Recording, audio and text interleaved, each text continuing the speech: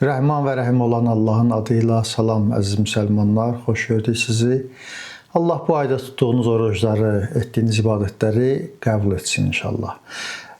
Bu günləri yeni bir mövzumuz var.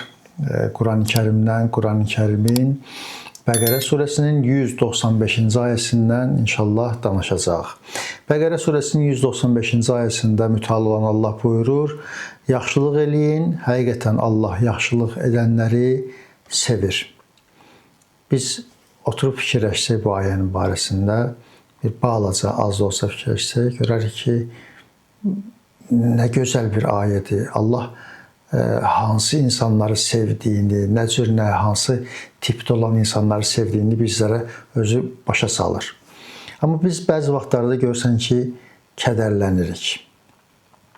Ki biz yaxşılıq eləyə bilmirik.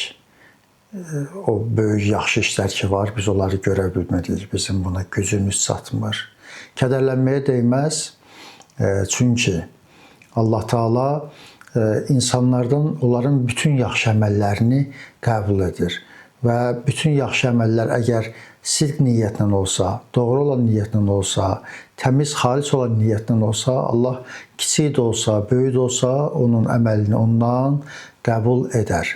Odur ki, biz bu işlərdə kədərlənməyək ki, biz böyük işləri görə bilmirik. Məsələn, məktəb tikdirə bilmirik, məscid tikdirə bilmirik, xəstəxana tikdirə bilmirik.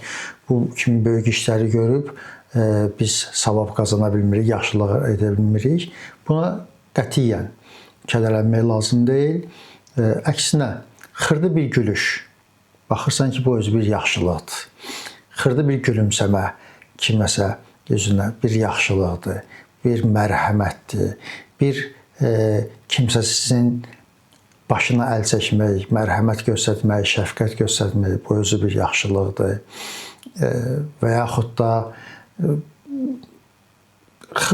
ən xırdasından belə, lap xırdasını düşünsən belə, hər neçə bu yaxşılıqdır. Çünki insanlığa əgər faydası varsa, əgər insanlara fayda verə bilirsənsə, insanlara xeyrin deyirsə, sənin bu zərrə qədər dolmuş olsa işindən, demək sən yaxşı iş görmüsən, yaxşı iş görmüsənsə, Allah xatir görmüsənsə, mütləq şəkildə bunun faydasını görürsən. Biz hədislərimizə baxanda və yaxud da Həzrət Rəsulullah sallallahu aleyhi və səlləmin Şabaniyyə xütbəsinə baxanda, Şabaniyyə xütbəsində biz görürük ki, Peyğəmbərimiz buyurur, insanlara iftar vermək barəsində buyurur, bir xurma ilə dolmuş olsa, bir qurtum su ilə dolmuş olsa belənsinə, insanlara iftar verin bu ayda. Mənası nədir? Mənası budur ki, bu yaxşılığı insanlara eləyin, mömin qardaşlarımıza eləyin, bacarırsa və az əlinizdən gəlirsə azla eləyin. Amma bu o demək deyil ki, məsələn, birinin əlindən çox etmək, daha çox etmək gəlir. Amma eşidir ki, Peyğəmbərimiz buyurub ki, bir dənə xurma ilə də olsa belə, deyirlər, gedin belə savabı ilə xurma ilə eləyim də. Məsələn, bir dənə xurmanı, bir paska xurmanı alır əlinə, məscidin içində fırlanır, başlayır ki, ya iftarımızı açsın, mən də savab qazanım. Yox, bu deyir.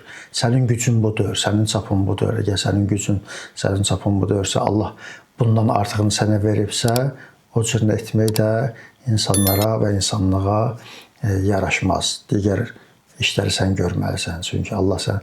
Həm də biz biraz Allahın bu vədlərinə gərək nikbin baxaq. Baxın, biz düzgün bir şəkildə baxmırıq. Biz deyirik ki, birdən verərik azalar. Allah vəd verir. Allah bir vəd verirsə, Allahın vədlərinə qarşı biz nikbin olmalıyıq, düzgün bir şəkildə baxmalıyıq və bunu da başa düşməliyik ki, Allah yolunda verdiyimiz bizdən azalmır, əksinə qat-qatını, daha artığını Allah bizlərə qaytaracaq. Allah gördüyünüz bütün salih əməlləri sizdən qəbul etsin. Sağ olun, Allahın amanına qalın.